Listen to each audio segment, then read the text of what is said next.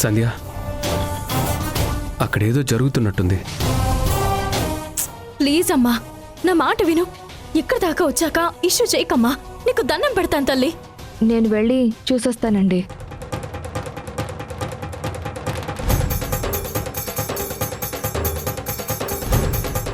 ఏదైనా ప్రాబ్లమా?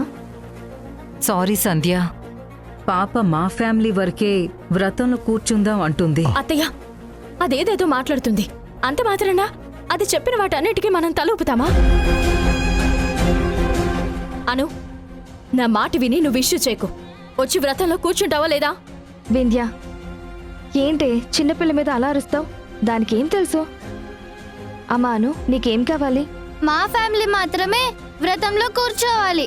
ఫ్యామిలీ ఫోటోలో మేం మాత్రమే ఉండాలి. ఇది మా ఫ్యామిలీ ఫంక్షన్, అందుకే మేం మాత్రమే ఉండాలనుకుంటున్నాం. అది తప్ప? తప్పని ఎవరు చెప్పారమ్మా? వింధ్య, పాప అలా కోరుకోవడంలో తప్పేముంది? సంధ్య గారు, పీటలపైన కూర్చొని లేవడం ఎంతవరకు కరెక్ట్? రాజేష్ గారు, చిన్న పిల్ల. పాప మన రూట్లోకి రాకపోతే మనమే తన రూట్లోకి వెళ్ళి మార్చుకోవాలి. తను ఫ్యామిలీ మాత్రమే వ్రతంలో కూర్చోవాలనుకుంటుంది. అను, నువ్వు చెప్పినట్టే జరుగుతుంది.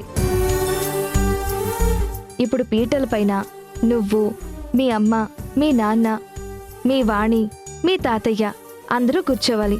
అంతే కదా? అవును, మేం మాత్రమే కూర్చోవాలి.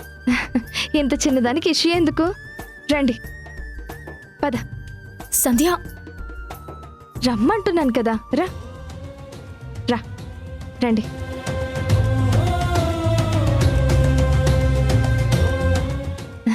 రండి. అమ్మా, వచ్చి కూర్చోండి. ఒక్క నిమిషం. ఏమండి, ఈ ఒక్కసారికి వింధ్య ఫ్యామిలీ పీటల మీద కూర్చుని వ్రతం చేయించుకుంటారు. మనం పక్కన కూర్చుందామా? సంధ్య, మనం పక్కనే కూర్చున్నాం కదా. అది కాదండి, వ్రతం వాళ్ళు మాత్రమే చేస్తారు. మనం పీటల మీద కాకుండా అలా దూరంగా కూర్చుందాం. సారీ శ్రీకర్ గారు,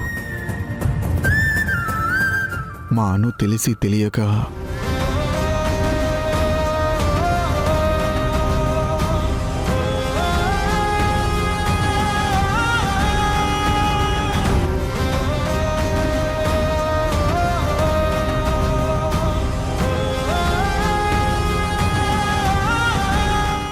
ఏమండి, పాప తెలిసి తెలియక కాస్త మొండిగా ప్రవర్తిస్తుంది. అందుకే పాప కోసం. పర్లేదు సంధ్య, అయినా పీటల మీద కూర్చోవాలన్న ఆలోచన నాకు లేదు కదా. ఇక్కడికి వచ్చాక అప్పటికప్పుడు కూర్చున్నాం.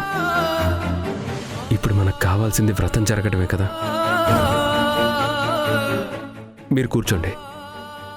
సారీ శ్రీకర్. పర్లేదండి. సంధ్య, సారీ. ఏంటే ఇంత చిన్న విషయానికి సారీ చెప్తున్నావు? ముందు మీరు వెళ్ళి కూర్చోండి, వ్రతం జరగాలి కదా. కూర్చో. రాజేష్ గారు, కూర్చోండి.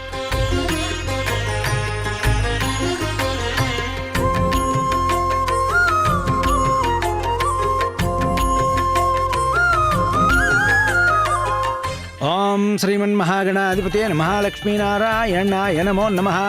ఓం క్షీరో సంధ్య, ప్రదేశే రా.